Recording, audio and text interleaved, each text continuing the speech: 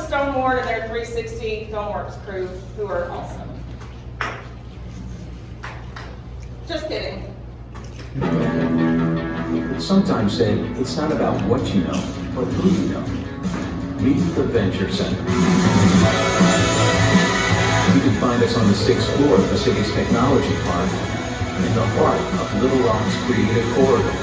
A hotspot for up-and-coming entrepreneurs who come here to get the connections they need to grow their companies. Because innovation happens here, fast. And the Venture Center was really established to really be a gateway in Central Arkansas for people who have ideas and for entrepreneurs. Also help grow the workforce, to help economic development, and to give people a true place to start. Networking events and workshops create conversation, community, and competition. While our mentorship programs connect rising professionals with seasoned executives. Our strategic partnerships bring together the best of entrepreneurial talent and resources. It's big benefits through small-town connections. Mayor's cell phone number? You got it. A meeting with the governor? No problem. This is a place where entrepreneurs get stuff done with less red tape and more red carpet. Arkansas is in the tech arena. We want to grow that because we want a return on the investment by building the technology sector here in this state. Early stage technology companies from around the world seeking a fast track to success compete for a spot in our accelerators. Why?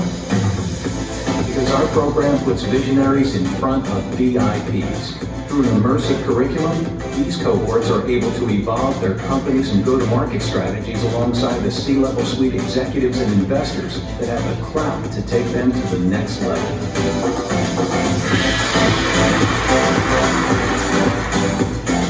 The Venture Center creates connections that are the catalyst for opportunity, and our door is open to those eager to fuel the entrepreneurial engine. So come, introduce yourself. We'd love to meet you.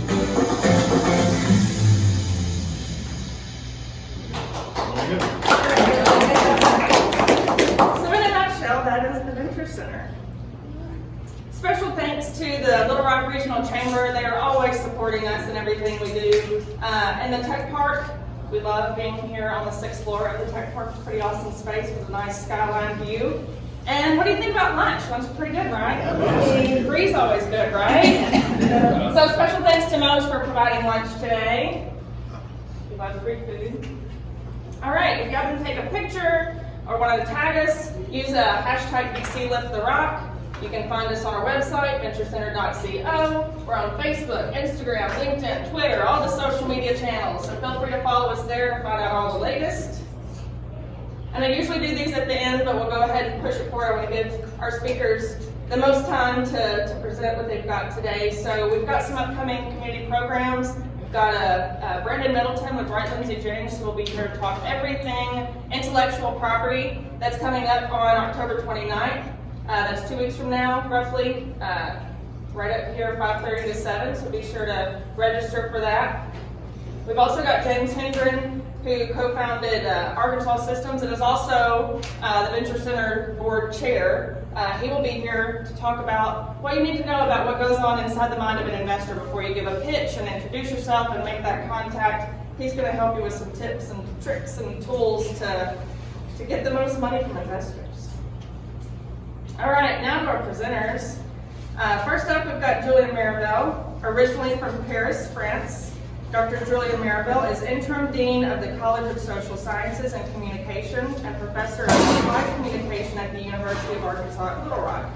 Since 2005, Dean Mirivel has served as a faculty member and in a number of leadership roles, including Interim Chair of the Department of Criminal Justice, Interim Associate Dean, and Co-Director of the Academy for Teaching and Learning Excellence, all at the University of Arkansas at Little Rock.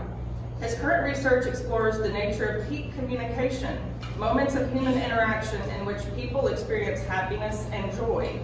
In the last 5 years alone, he's delivered over 100 keynotes, trainings, and workshops on how to communicate effectively across contexts. Dean Mirivel's mission is to promote deep learning, student success, and the creation of a positive academic culture across the college. Please welcome Dean Mirivel.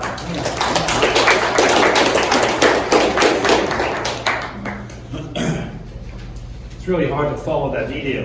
You got it. See, that right there.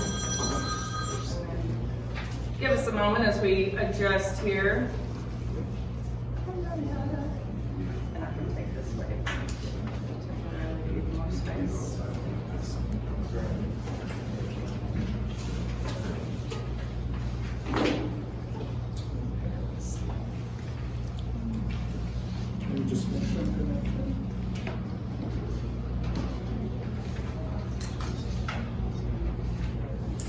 Okay, really nice to be with you here for lunch, and thank you for the introduction, and thank you for having us as guests. Really excited to be here. Let me tell you a little bit more about who I am. The quick story is very simple. I was born in France, raised most of my life in the French Alps. When I was very young, I lived in Switzerland. I really wanted to learn English. So when I was 15 years old, I flew from Geneva, Switzerland, to literally the middle of nowhere called Iowa. Anybody from Iowa? I don't mean to be. And was, picked up by a host family. Fell in love with American culture during my journey as an exchange student for 12 months. Came back for a second year. I've been in the United States ever since. So came back, finished high school, went to the University of Northern Iowa, where I got a bachelor's degree in communication studies. Love this topic. I'll share a little bit about this later on. I then moved to the University of Colorado at Boulder, where I earned my master's and my PhD in the study of human communication, and I got my very first job at the University of Arkansas, Little Rock, as a young professor. I've been there now for almost 15 years in a number of capacities, and it's one of my greatest pleasures to serve as the interim dean for the College of Social Sciences and Communication for third year running. This college, I'll sometimes say the whole thing, but it's a lot. So sometimes I'll just say CSSC. It's kind of a little tagline. We call ourselves the College of Social Sciences and Communication, in short, CSSC. And what I want to do in just this time that I've been given is share a little bit about who we are, what we do, and how we can help you in all of these endeavors. Whether you're an entrepreneurial or a young professional, we have the capacity to partner with you, to support you, and to create win-win partnerships, which is really what I'm after. So let's start with the academic disciplines. What is this college and what do I represent? So social sciences, communication fields, right? On the social sciences side, and we have folders all around the thing so you can open them, and I've provided information about our graduate programs, brochures about each of our academic programs. But the easy way to think about it is on the social sciences side, I have very popular disciplines like psychology. Probably one of our most popular majors. We have an undergraduate degree and a fully online degree. We have the discipline of criminal justice, where we have the only PhD program in the state. This means we attract some of the best scholars in the discipline, and they train the next scholars of the discipline. Okay? We also are home to a beautiful school called the School of Public Affairs, where people can study political science, nonprofit management, community development, both at the undergraduate and graduate level, where we have a Master's of Public Administration. All of this is in the folders, by the way, so if you want to learn more, you can unpack it. And then finally, I have a Department of Sociology and Anthropology. I'm going to tell you more about these programs, so I think by the end of it, you'll kind of get a sense of who we are and what we do, but that's kind of the side of the house that's on the social sciences. On the communication side of the college, I have three major disciplines. I have applied communication, where I've been a professor for about almost 15 years. It's where I started my career. I can tell you more about that program. We have the School of Mass Communication, so I was talking to some people over there in media production. We have undergraduate degree in those areas, but also a graduate degree. So if you think public relations, strategic communication, if you think crisis communication plan, if you think media production, broadcasting, journalism, that's all in that school. And then we're lucky to have Dr. Joyce Carter, who is chair of the Department of Rhetoric and Writing with us, and they're also part of my kind of communication side of the house. And there we think grant writing, we think technical writing. As you'll learn from her research and her work, we're now totally in a new paradigm shift in how we think and talk about what writing is all about. And I'll let her really take that from the ground up. So this college is a kind of a unity of these disciplines. And I'm going to summarize all of it in that way, we'll come back to it. So think, on one side of the house, what we do is we help students and professionals develop their communication skills. something that everybody here can benefit from, whether that's me and you interacting interpersonally. We want people who can communicate well interpersonally. We want people who can speak in public effectively and deliver a message that's going to ignite some interest. But we also want people who can use social media platforms and be able to use those platforms strategically and effectively to convince and persuade an audience. So when I think about communication, I think great writers, great communicators, great people who are in front of an audience and can accomplish goals. Does that help? So think communication skills. On the other side of the house, I'd like to tell people to think of it as we cultivate an empirical mind. This is the data-driven part of us. So think, we need people who can collect data, who can analyze that data, and who can ultimately solve real problems with the data that they have, correct? Those are my social sciences. This is where people learn to do that. How do we use methodology appropriately to collect effective data that then we can use to make decisions and solve problems? So I'll come back to these two things, but I want you to know that that's what we do. We do it in the service of a larger mission. So the mission of the college is to apply theory and research to drive social change and to inspire human expression, reflection, and interconnection. So think more simple, it really is, how can we change ourselves to be better at communication and to be better at using data? Okay? But more importantly, how can we make a real difference in our community to solve real problems in our city, in Central Arkansas, in our state, and beyond? And so you can go in any corner of my college, and you don't have just theorists. You have people who are practical scholars, people who want to make a difference and solve real problems. And I'll try to give you some examples of that. The vision for this college is really captured here. Our motto is to step in. For a while, and you can see on the little folders that I gave you, we've been dreaming big. Well, we're now on our 5th year birthday, and I want us to start not dreaming, but stepping in. And what that means is we want to move from thinking too much about ourselves and move ourselves to solving the problems in our community, to be known as a signature college for doing this. Our vision is that we will be known and respected for the learning we provide. We are a college. We are an academic center for our students. But we also want to lead interventions, and we want to provide solutions to the problems we face. And I think it's so wonderful that I can be here and share some of that so you can think of us as a partner. Some of that honestly came this summer. I was doing a research project with Heifer International, studying personal transformation around the globe, and I was interviewing women participants in the Heifer projects in local communities in Nepal. And in one of them I asked, so I'm going to go home here and I want to make a change in my own life, so what do you think I should do? These were women who were rising out of poverty. And this is what she said to me. She said, if you want to make a change in your life, you cannot just care about the well-being of the family, where they seem to experience all of their problems. You have to care about the community. And it's that transition that we want to make in the college at the individual level, but also very much in terms of the knowledge, the theories, the research that we have and how we can provide them. So with that spirit, we want to make friends, and we want to create win-win partnerships, and we've been doing that. You can see I've put you on the slide here. We want to be friends with you. You're on the slide. But really, in the last several years, with the help of my director of development, Christina Smith, we've been really trying to find ways of creating win-win partnerships. I can give you some small examples. We've partnered with Episcopal Collegiate School to form a summer research fellowship where we take the brightest kind of rising seniors, or I can never remember if they're juniors, but they're like juniors going on to becoming seniors. And they're mentored by some of our faculty for 8 weeks, diving into research that those students could never experience anywhere else. We had a student from Episcopal this summer doing research with Eric Wiebelhaus-Braun, who's basically part of a multi-million-dollar grant doing international work looking at justice. You couldn't find this anywhere else in the world, honestly. And then we had another student work with Dr. Joe Williams, who's a faculty in rhetoric and writing, and for 8 weeks they developed games. So his expertise is game design and developing games that have a practical impact on the community, and that student spent 8 weeks working with them. It's a win-win. It supports our faculty's research and we're helping students.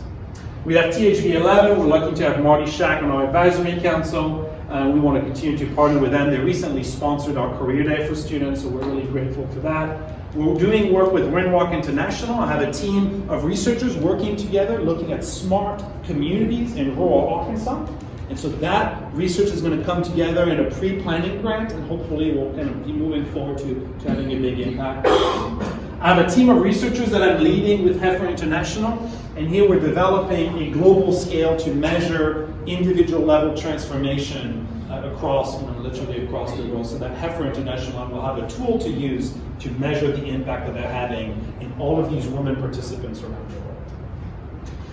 The Bridge Wing, we found a way to partner with them. They are sponsoring an initiative that we're calling The Good Life, which are basically going to be workshops on positive mental health for all of our faculty, students, and staff. So it's a really, really wonderful thing. I will tell you that at the heart of who we are is an interest in creating the very, very best learning for our students, in doing everything we can to provide successful learning experiences for them. And I think we're always on the cutting edge. Last week we hosted, and I'm very happy that Stacy McAdoo is serving on the Dean's Advisory Council, and we had all of the Advisory Council help us plan and deliver a career day for all of our students. So not only do they get a degree, but when they graduate from this college, they're also prepared to succeed professionally. We have a service learning academy that I'm bringing back this summer so that our faculty can use really cutting edge ways of thinking about teaching and learning. And we're finding creative ways of supporting our students when they face challenges. If you're an entrepreneur, you know this. You know that it's all about overcoming challenges along the way, right? And sometimes they occur in weird places. Sometimes it's early on, sometimes it's in the middle, sometimes it's when you're close to real success. And our students face that. I just got an email last night. A student emails for help. She's a sociology student. She says, I need help. Is there any way anyone can help me, assist me, because I cannot pay my utility deposits and my car repairs? Any assistance would be greatly appreciated. I'm supposed to graduate this spring with a bachelor's degree, but I cannot register because I don't have the money to get in. This is just an email I got last night. And so what we've tried to do is find creative ways of solving some of these problems. And we did it with an initiative in the support of John Chamberlain in particular and many others, created an initiative called The Last Mile. This is a short video that I thought I would share with you because it shows the kind of work that we're trying to do to help our students at the end of the journey. So here it is. The last mile was a blessing. I cried on the phone when they told me that I got the scholarship because I was stressing so bad on how I was going to pay. Well, I just feel like somebody was looking out for me. You know what I'm saying? That when I was thinking of how I'm going to pay for school this last semester to graduate, that came. Like the next day it came, and the day after that I received it. I would not have my minor in criminal justice, and I plan on pursuing my master's in criminal justice because I have that minor. So without me obtaining the Last Mile Scholarship, I would have lacked one class. I am a busy mom of 3. I have a 7-year-old son and a set of identical twin girls.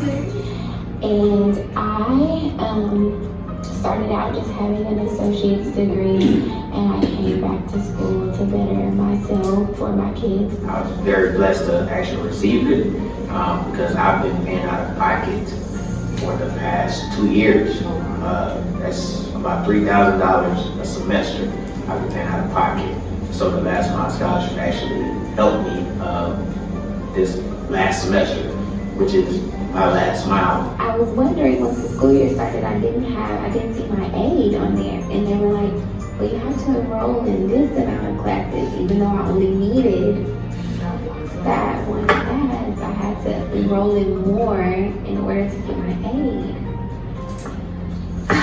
So that was like really heartbreaking for me. And then I got the email about the Last Mile Scholarship, and I was like, let me try. And I had no idea I was gonna get it. And when she called me, Samantha called me, I think I screamed in her ear and I started crying because it was like I had been praying and he answered my prayers, and I'm so thankful for it. We believe in you, and you are this close to graduating. So this is not the time to have to make a decision between fixing your car or enrolling in classes. This isn't the time to make a decision about whether you should work a little bit of extra hours on the week instead of, taking the classes that you need. This is the time, and for us, it is the encouragement to say, let's finish that degree, because once you have that degree, it's going to make a world of difference in your life, in the life of your family, and in the life of your community. And that's really what we're trying to do with that scholarship. That's awesome. And one thing I will point out is we're not handing out millions here. We're often provide $250 or $500. So, if you're interested, by the way, in giving, you're welcome to talk to my Director of Development, Christina Smith. We're always looking for this. We started a year ago, and we supported 25 students in the first year, and it is our fundraising goal this year to continue to support as many students as we can so I can help this sociology student with it. So I want to return to this idea of having two sides of the house that can help you a little bit. We are very much about supporting our students, but we want to partner in the community and give you resources that are going to help you. So I want to give you some tools for both sides. If you are interested in developing as a communicator, or if you need help with media production, or you're thinking, I need a technical writer, or you're thinking, I need somebody to help me become a better public speaker, key in developing any kind of strategy as a young entrepreneur, then we have resources for you. We have in this college a center called the Communication Skills Center, which is specifically designed to help people with public speaking, but also specifically designed for people, let's say you have a little bit of anxiety about public speaking. We're experts at getting rid of that anxiety and getting you to become professionals. We can also draw, and they can develop workshops for you on conflict management, on people skills, on supervising effectively, on leadership. And I want you to know that that's a resource that's available, and they're part of the Department of Applied Communication. We also have, and Dr. Joyce Carter oversees it as part of the Department of Rhetoric and Writing, a University Writing Center. Everybody in this room, including myself, needs to write effectively, write persuasively, whether that's in grant writing, or in making a pitch, or in sending documents. We have the expertise at the undergraduate level and the graduate level to support that kind of work, and the Writing Center can be certainly a friend. The third partner I would say is the Crux Lab, but you'll hear a lot more about it, and you already probably know that the Crux Lab can be a resource for you.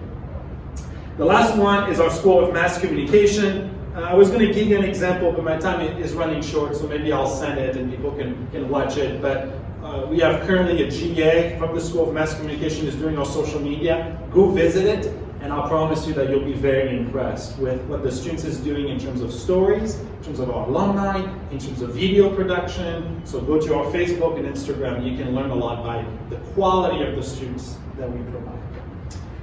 The final example is a little bit more personal, but my expertise is in how to communicate positively. So I came today by giving you the research that I do in this area. I won't give you a lecture on this. You can just watch my TEDx talk. Just Google my name and find it, and you can learn a little bit about it. But this model is something I've developed to help people communicate more effectively, and I can overview it very quickly. It kind of proposes 6 key behaviors at the heart of effective positive communication. I believe that when you greet others, you can create contact, so initiating relationship is really key. I believe that if you can ask the right questions, big, meaningful questions, you get to discover more. I believe that when you compliment and affect people in a positive way, you can cultivate a growth mindset and build upon people's strength. I believe that if you decide to be vulnerable and to disclose who you are, what you believe in, that you're going to be a more effective leader, and that you can ultimately, hopefully, deepen the relationships around you. I believe that when you choose to encourage, you can give what we call social support, and that if you choose to listen to other people, you can transcend the perceived differences that exist between you and other people. A lot of talks in the workplace about managing difference and diversity, and listening is really at the heart of how we can approach that. When you decide to do this, the short synopsis is that you're choosing to be an influencer and a person who's going to inspire other people. So a little bit of a note about how you might communicate more effectively. I thought it would be helpful to you. Finally, I want to tell you a little bit about what we can do for your empirical mind. what we can do, the kind of work and research that we do. We have faculty in criminal justice exploring the use of new technology in the police force and partnering with the Little Rock Department. We have people doing research in the School of Public Affairs on the Little Rock congregations. It's called the Little Rock Congregation Study. And there, Rebecca Glazer from the school is partnering with all of these congregations to understand how politics and religion are coming together. But fascinating project. We have, as I mentioned, Windwalk projects, Heifer International projects, and of course, Dr. Joyce Carter's work. We can help you in very tangible ways. So I'll mention two last things. One is we have in the college what we call a survey research center. That's a center that can help you collect data that you need. We have an expert in-house, the director. We can use Qualtrics. We can help you develop those surveys. We can even collect the data for you. We have an in-house call center. So we have people who can make phone calls to an audience that you may need to collect the information at a very, very reasonable price. You know, honestly, we're a service unit, so we're here to offer something at a very, very fair price to really support our community. So if I were in your shoes, I would remember that that's a resource for you. The last resource that I want to mention is we're the proud home of KUAR and KLRE, our public radio station. And obviously we just finished a 1-week-long fall drive, very successful. They raised over $100,000. They met their goal. But something that a lot of people don't know is that you can use underwriting in a very powerful way. So underwriting is basically like advertising, except it's kind of not supposed to be exactly like advertising. But the messages you hear, you know, this program is supported by the College of Social Sciences and Communication. This program is supported by the Venture Center. And just to give you a perspective, I'm able to afford it at a university. So I've run underwriting for the college featuring our faculty, and I've been able to afford it. So I think if you want to learn more about how you can use underwriting for your business or for the Venture Center, please connect with Nathan Van Diver, who is our general manager. Here's what I'd like you to do with me. The motto of this college is to step in to create the best learning experiences for our students, to lead interventions that are going to be meaningful, and to provide solutions. We have a big thing coming, and I'd love to invite you to join us. On February 13th, 2020, we are hosting our happy 5th birthday party. It will be in downtown Little Rock in the evening. We'll make sure to invite you. It will be a fundraising event to benefit our last mile, but we would love your support, and we would love your friendship. So thank you for having me today. I appreciate it. Yes, questions? So if you have questions, I brought t-shirts as motivation. So if you ask a question, you will get a t-shirt that has our new logo, so you can see one of our students drew it. It's called Step. That's awesome. So, you know, not a question, but a comment. We had a company in our 4th cohort. I appreciate that. We'll trade you for a Venture Center. Yep. That was referred to as PYT, which is pay your tuition. And we need to connect you with those guys, because that's exactly what they're focused on. And they're actually starting to work with the city, done an extraordinary job. And this is exactly what they're doing, is helping people make that last mile. And they're doing it through a combination of crowdfunding, et cetera. So we need to connect you guys to help you expand that program. Well, we would love that partnership. Yeah, so absolutely. That's a very important issue. What a life-changing event it is for someone to miss that opportunity as opposed to gain it, right? Yeah, and that, I mean, you know, I don't want to give you a whole thing, but that's what we found, is that what happens is a student has, their car breaks down just like this student, it's $250, so then they don't enroll in the class, then they delay by 1 semester, but in life, something else is going to happen. Sure. And so suddenly they're not graduating. And that's a problem for this community economically, because those degrees have tangible impact on these students' lives. And it's much more common than, you know, we learn so much about this as we do these programs, but it's much more common than we recognize. Yeah. So it's good stuff. I think this is awesome. Free t-shirts. I'll ask a question. All right. So you mentioned having opportunities for entrepreneurs and things. Do we need to be enrolled, or are there one-off classes? How does that work? I think if you want some help, we're here, honestly, we're a service college. We've always been here to be part of our community. If you need some help, all of those centers that I mentioned, I would be in your shoes, go connect with that person. If you need help, go to the Communication Skills Center. Go to the Writing Center. If we want to dream bigger, we can think together about what that looks like. Some of the services that I mentioned do cost money. You know, the Survey Research Center does, the KLR underwriting does, but the cost is so minimal that it can really pay dividends for you. You know, so sometimes all you need is somebody really to make sure that your survey is really getting at what you're trying to do. And we have people with PhDs whose expertise is to do that. So for $1,000 or $1,500, you'd be missing a huge opportunity. And if you had more funds to be able to access call takers, you know, we've run a project for $5,000, $6,000. So it's really not as much as what people think in their minds. Yeah, I do have a question. So Excel, large? Extra large. All right. So for someone like myself who's a small business, I don't really have a lot of employees, but there are times when work gets very busy. Yep. And I can use some interns or whatever and giving those college students as well. Do you guys have, maybe not a formal program, but what would be the best way for me to connect with, the students in your curriculum that would be great at helping you write some stuff for a client or other things like that, technical writing sometimes, but really more of like website content writing, stuff like that I just don't have time to do and could use some help there, right? That's also a win-win situation where they're able to learn, and then I can edit and look at their stuff, but then they're getting some pocket money as well to help them make that last mile if not further, right? It's so perfect. What's the best way to go about that? So, I mean, there's probably multiple ways. You know, if I give a folder here, if you're like, oh, I need an intern, you can reach out to me and I can help facilitate and then let you know if we have that kind of resource. You know, so if you're looking for a technical writer, probably my next step would be to put you in touch with Dr. Joyce Carter,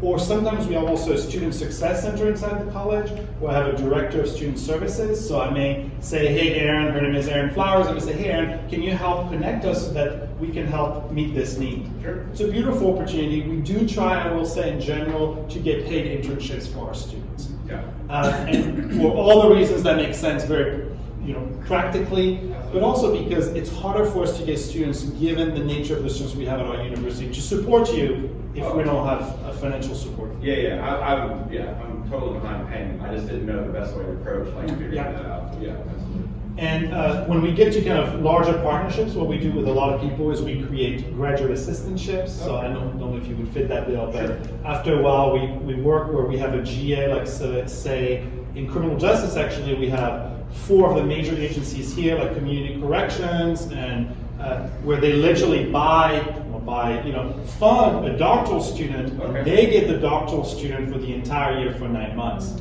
20 hours a week. So, I mean, much cheaper than anything you could purchase, but they really provide them added value. Yeah. This may be a little bit more generalized of a question as far as UA-LaRock as a whole, but I know there's been kind of a huge initiative to push and connect UA-LaRock with the downtown area, obviously with the new campus, UA-LaRock downtown. I guess like 2 questions in that, like what is the end goal, like what do you think the full purpose of that is, like what's the vision, and then how has that progress been as far as that's gone? Well, that one is a little hard because I think that's when you think about the university, you're really thinking about the chancellor's vision for. So it's a little bit above my pay grade, but I will say part of the vision really is to say UA-LaRock is this city's university, and we are interlocked, we are intertwined. And the city needs to support the university, and the university can support the city. But I think the biggest dream is to think of these 2 entities as completely together as one. And if we can think of it in this way, then I think it's only going to lead to better and better partnerships. So I think that's the vision. I think in the direction of that vision, we're making good progress. I mean, establishing a concrete place in downtown that people can start using, or we can start to host. We're having our 5th birthday celebration down there. Is a great first step, I think, in accomplishing that vision. And I would like personally to see that continue, and I do want this college to be the leader in doing that. I guess I'm thinking more so about entrepreneurs and public speaking. Being very important to now. A lot of them don't have that. Some have it in. They need some culture. What's the process, or what's the curriculum for them? Like they're not students, but they want to come to you to get some culture, some training on that. What's the curriculum? What's the training sessions are like? Are they, once a week type of thing, or are they just, work around? You ball schedule, you work around your schedule, and what takes place? Yeah, so I think some of it will depend on what you need, but in the Communication Skills Center, we have graduate assistants who are pursuing a master's degree whose job it is to use the information about how to train public speakers and then work one-on-one with you. So you could literally decide, oh, I'm getting ready for this presentation. Can you help me get there? And I promise you, I do a lot of public speaking, and I actually used it when I prepared for my TEDx talk. I went in there and I had a student with me, and I'm like, give me feedback and time me and make sure that I have, that I've planned for this. The thing we're going to do, and it's a common thing, so if you've got public speaking, if you need to develop, the first thing we're going to teach you is actually what we call macrostructure. So it's actually counterintuitive. We're not going to work with you on like eye contact. And the first thing we're going to use is make sure you have a message that is structured effectively and with something that if you master this thing, you're gonna do a great job. And then once we have that foundation on top of it, we're going to add performance and your ability to make eye contact and be present and use your voice effectively.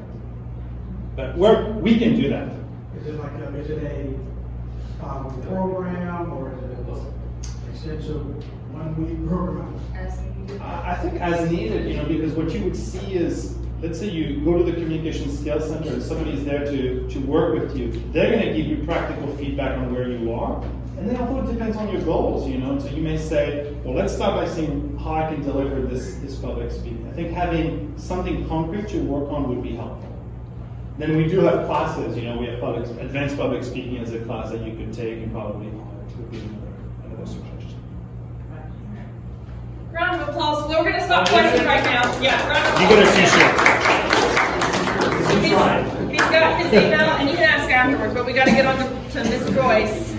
All right, let's trade this out. Hold on 1 second. Thank you so much. Thank you.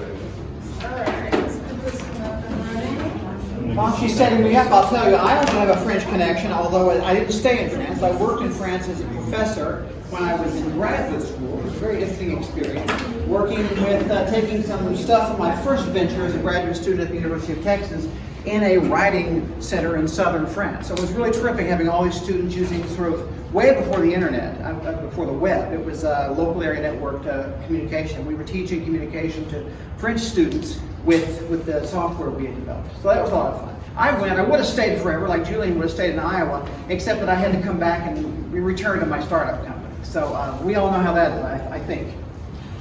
All right, I want to introduce Joyce really quickly. Joyce Locke Carter, Professor of Rhetoric at the University of Arkansas Little Rock, teaches courses in argumentation, usability, and rhetoric. Her first book, Market Matters, examined market and market-like rhetorical activities. Before coming to Little Rock, she taught for 18 years at Texas Tech. Her current research studies how experts read arguments requiring a decision. She currently serves as CFO of iGuide, a startup firm that makes eye tracking based personal wellness management solutions. Without further ado, this looks a little mess, but we'll move forward with it. Please welcome Joyce Locke Carter.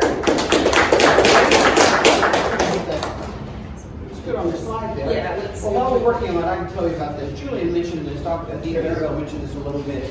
My lab, Crux Research and Development, is a research and development lab. It's exactly what it is. I'm going to spend about 3 to 4 minutes talking about it to bridge with his talk, and then pivot to talk about a new startup company. Well, not that new, but a venture that I'm working on that's come out of a lab just like this. So the Crux Lab is designed to reach out and work with the community on research projects and on development projects. And by community, I mean the university, I mean the Little Rock nonprofits, as well as the for-profit sector. And what kind of stuff do we do? Crux, first off, Crux stands for Contemporary Rhetorics and User Experience. The X is the crux of experience, like Wakanda or Wonder Woman or something like that. Contemporary Rhetorics is argumentation, persuasion, technical writing, how to be effective using language. And UX is you see this all over the place in my discipline. We're researching and helping people develop effective user experiences. So that's what interfaces do, that's what documents do. We design and make things happen for users. Now in the business world, we think of it as CX, customer experience, very similar missions. And we are within the College of Social Science and Communication, and we have a lot of support from Dean Mirivel, so thank you for that. What do? We're doing a number of research projects. We work on digital narratives, help people, communities tell their stories. We're working on usability. I do lab-based and remote usability testing, eye tracking, heuristic walkthroughs to help improve products and services. We do a lot of media work. We're doing media we're doing stats and audio and video editing. We got Dr. Dean Mirivel talk about some game design stuff we do. We're supporting Little Rock Games as well as some other things, talking about simulations and game design. Because in rhetoric, we don't really care how the message gets to the person, whether it's in a scroll or a printed manual or in a game or a portable device. We're agnostic as to the medium, so we need to be moving our message wherever the readers are. And I think portability is the challenge right now, small screens and portable devices. And finally, we're working on hybrid education, doing lots and lots of hybrid education, meaning building presence for our online students and our on-campus students to work collaboratively, which is exactly a skill that's very useful in a modern workplace. Now, that's at school. Now, what do we do for business? Well, we can help you. Our Digital Narratives Lab can help you and your company tell your story. We do affordable research and recommendations about your user experience. And user experience is highly correlated to whether you have repeat business, satisfied customers. We do methodology that determines how excellent your user experience is. And finally, we do formative assessment during your agile projects development, identifying places, UX problems before they become permanently ingrained and built into your project. We're working on 2 or 3 projects right now, one nonprofit, one for-profit, 2 for-profit, 1 nonprofit, doing this exact thing, working in very early stage designs, bringing users in and working with the users to help give the designers and the company owners vision as to how they can adjust the development of their product or their service so it can always have a strong user-centered focus as it goes forward. And that's our mission in the Crux Lab. And so if you want to know more about it, ulr.edu/Crux or Crux at ulr.edu. That's me. That's my UA Little Rock hat. Let me switch. Can you have me switch to my other slideshow? So as a bridge, I want to tell you about a project that came out of a lab just like Crux at my previous user experience lab at Texas Tech. And this both is a story to tell you about an ongoing adventure, but also a forecast about the kinds of work that we intend to do, that we are working on. Crux is only a year old, and I'm working on this. I want to share with you kind of the vision for the kinds of development that we want to do here at UA Little Rock. So I am, put my other hat on, I'm a CFO of iGuide Incorporated. iGuide is, let me tell you about iGuide. iGuide, at my previous UX lab, we developed eye tracking technology with a new patented way of knowing exactly where the user's eye is looking. You think, well, that's really neat. It's very cool. But what can you do when you know exactly where that user's eye is? Well, you can do research. You can find out what they're looking at, or if they're looking at your product or at certain things. It's often used with market research. We also built a really cool tool that if you can't use your hands because of medical problems or your hands are busy, you can use your eye and eye movement to control things, like to control a mouse, to fly drones, to do things. Because it's just another way of putting input. So we use our same device for that. The thing we're really focusing on now is iGuide Focus, which is we can use the eyes to determine brain health or general wellness. And that's what I'm going to tell you about. That's called iGuide Focus. So the eyes are attached to the brain with this ocular nerve, and there's no cognition in between there. Whatever the brain's doing, the eyes reflect it. So you see on the sideline when people have their bell rung, somebody's going like that, right? What they're doing, they're trying to see if the eyes follow the finger. It's called smooth pursuit. And so it's like if you had a fever, you say, yeah, you seem to have a fever. How much of a fever? Who knows?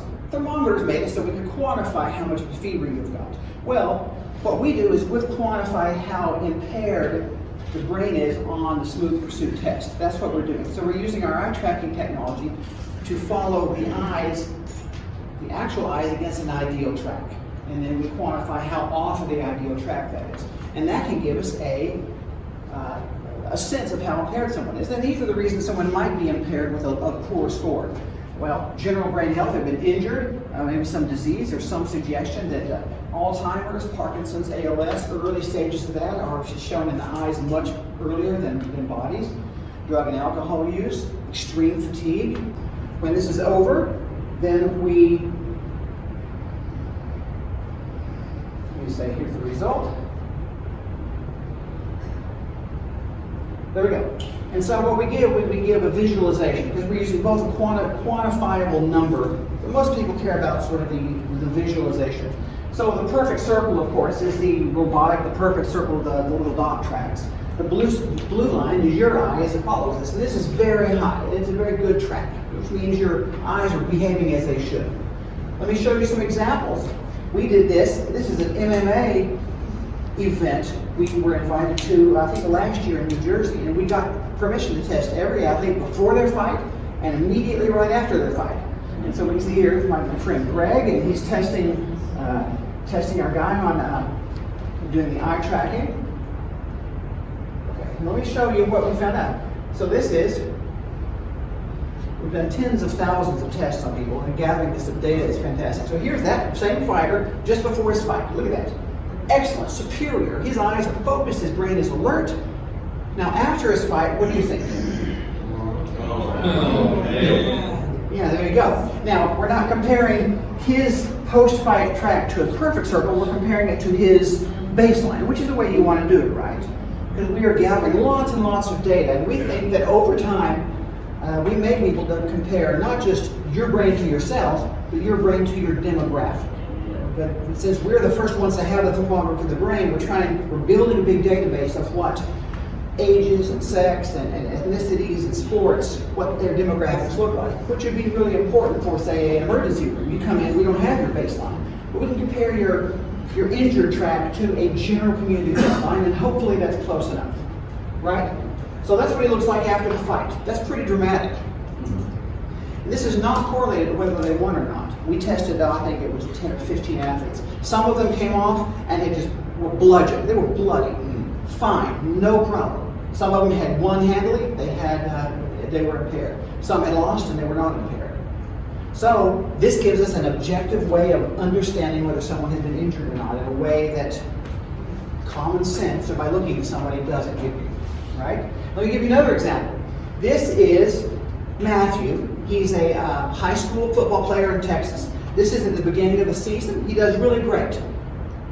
Here he is. He has had it in the first or second week of the football season. He got a concussion. It was diagnosed by his doctor. This is what it looked like. We've been doing a lot of that, comparing what our device says with what the diagnosis is, because we want to have a very high degree of correlation between those two things. And we have extremely high correlation. So the question in concussions is, well, when do you go back on the field? Well, you have kids or play sports. It's like, well, I don't know, take a week off, sit in a dark room, you'll be fine. It may or may not be the case. So not only can we determine what it looks like after you've been hit, we can follow your brain health back to where it's safe to get back on the field. That may be the bigger payoff for this kind of device. Here's 1 week. Matthew has improved, still kind of poor, but he's getting better. A week after that, look at this.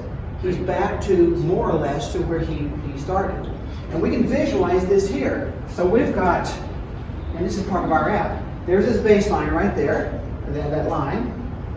Boom, he gets his bell rung. A week after that, he's up here, and then he's back to where he was, and it's safe to return to play. In this case, it's 2 weeks. For you, it might be 4 weeks. For you, it might be 1 week. We don't have to guess. And sports such as Pee-wee football, girls soccer, there's people very interested in their kids not getting permanent brain injuries, and this is the kind of device that's being adopted a lot because of this. This is what iGuide Focus looks like. A sporty model, carrying it out on the field. It's portable. You just put it down, pop it up, and it's ready to go. The screen is inside there. The thing just pops up, and you do the thing. So it's reliable, it's portable, it's fast. 10 seconds of test. You can test an athlete each minute, so you can run through an entire roster every day if you want before practice and have a very accurate track of brain health during a season, for example.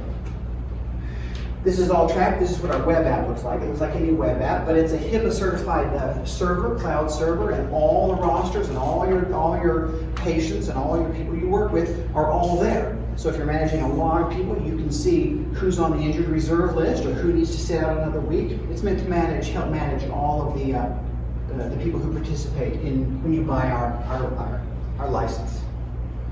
We're also developing something called iGuide Fit, which is, there's a lot of research that shows that eyes not only indicate whether you're injured or healthy, but you can use eye work to improve your health. There's something about rapid eye movement makes you calmer. There's something in sports called quiet eye. It's a way to train so that you can slow time down by learning to see things faster, and so it would make you better at hitting pitches or returning serves or that kind of thing. And also, you can improve with the eyes on various kinds of brain injuries. So we're currently being funded and we're working on developing iGuide Fit, which is not a diagnostic, but a health tool, okay?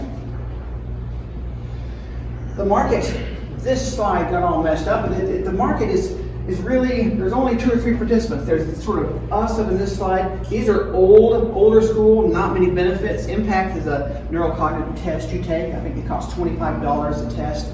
So football teams buy about 100 of those at the beginning of the season and test only the A squad at the beginning.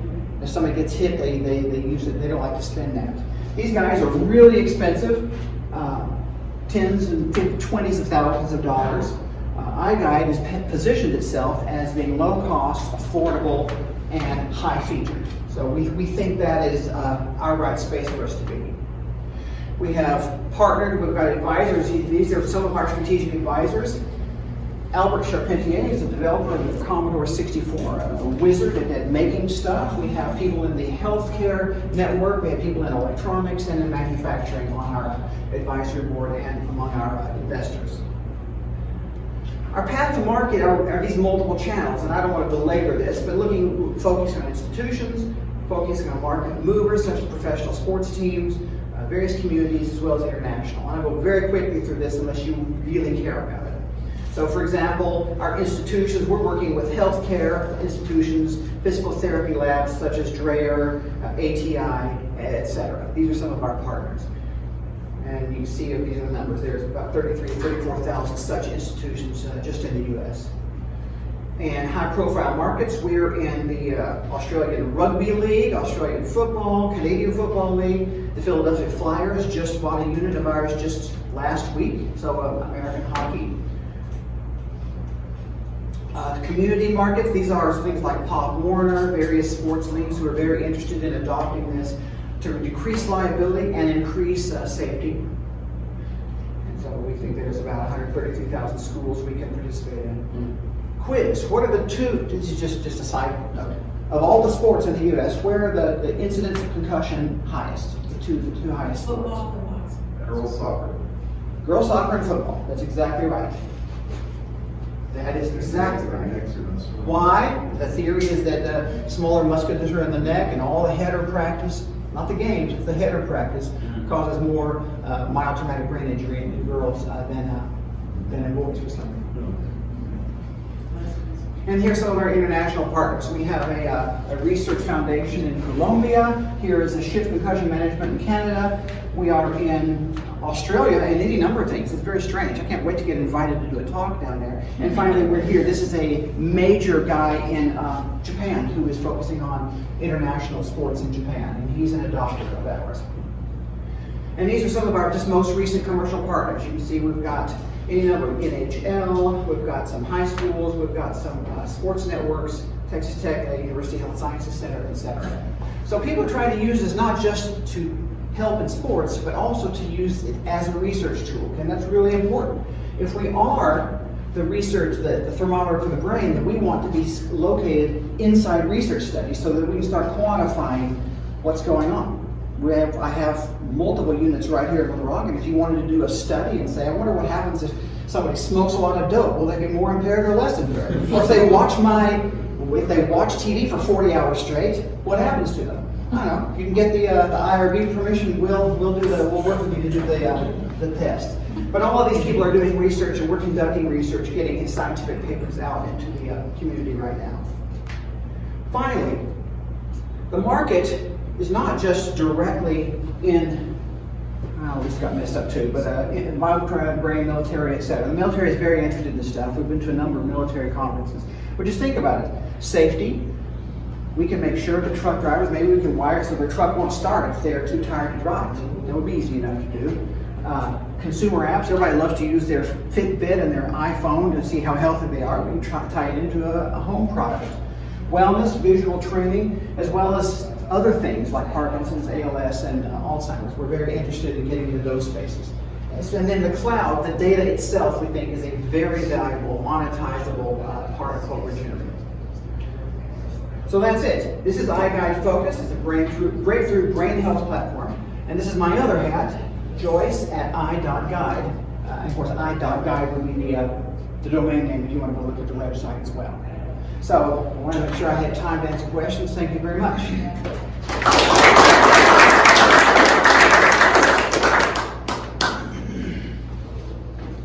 Yes? What is the cost of the unit? We sell stuff sort of like cell phones. So if you buy a phone, to make it work, you buy the phone for whatever, and then you have a subscription with AT&T or Sprint. We're doing the same sort of thing. We're selling the hardware for, I think it's $1,500 approximately, $1,500 to $1,800, and then a $1,200 a year, $100 a month license subscription to make it all work. For unlimited uses? Yes, unlimited use. Now, if you were a clinic, if there is somebody who says we're going to use this as a lost leader to bring people into our clinic, I think we're working special deals for this. I'm not the sales team, so I'm not precisely sure, but yeah, within reason. If you had Pop Warner in North Little Rock, you could say, yeah, you buy a unit and it's yours. It's basically like having a doctor or a health facility on the side. This is what it would be. So yeah, so you can get in completely for $3,000. Do you know what the life of a unit is? Well, I haven't broken yet, but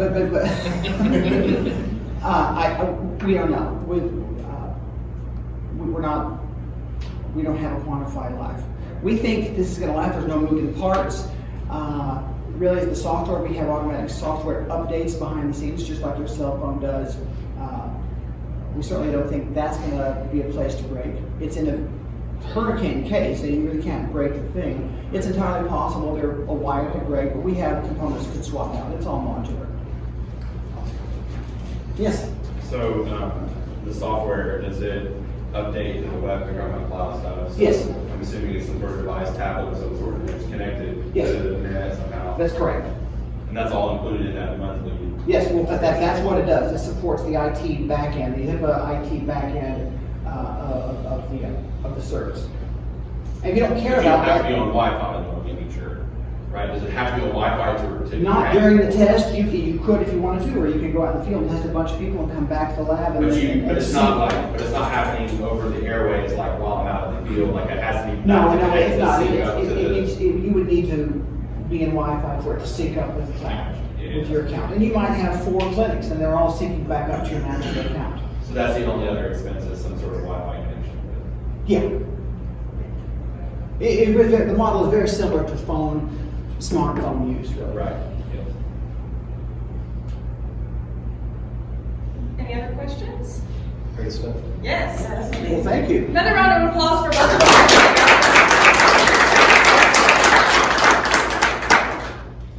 We did great. It's 12:59. We have a minute to spare. I've already gone through our community programs. Like I said, go to our website, go to our social media page, and find the latest on all of our community programs. And our next Lift the Rock will be November 15th. So mark your calendars and look out for that. Thanks, everybody. Have a great Friday. Thank you.